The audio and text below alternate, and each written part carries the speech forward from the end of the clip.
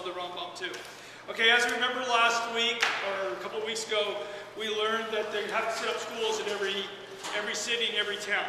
Okay, so children are to be brought to study before teacher instruction at the age of 6 or 7, according to the child's health and build.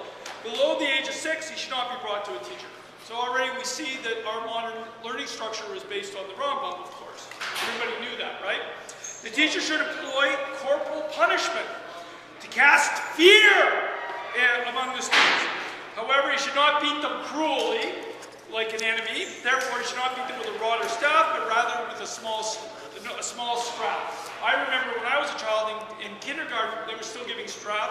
I know people a few years older than mine would be in yeshiva and they would be hit by the teacher, the rebbe. People don't do this anymore, and this is a very interesting thing. You see this in modern marketing, the same thing.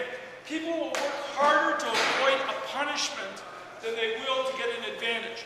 Most men are more afraid of their wives yelling at them than they will run to avoid their wife yelling at them than they will to run to do something so the wife will praise them. People are afraid of losing something rather than gaining something. And more motivated.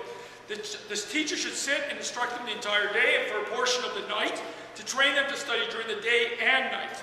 The children should not neglect their studies. They shouldn't do Facebook. They shouldn't play computer games at all, except watch TV.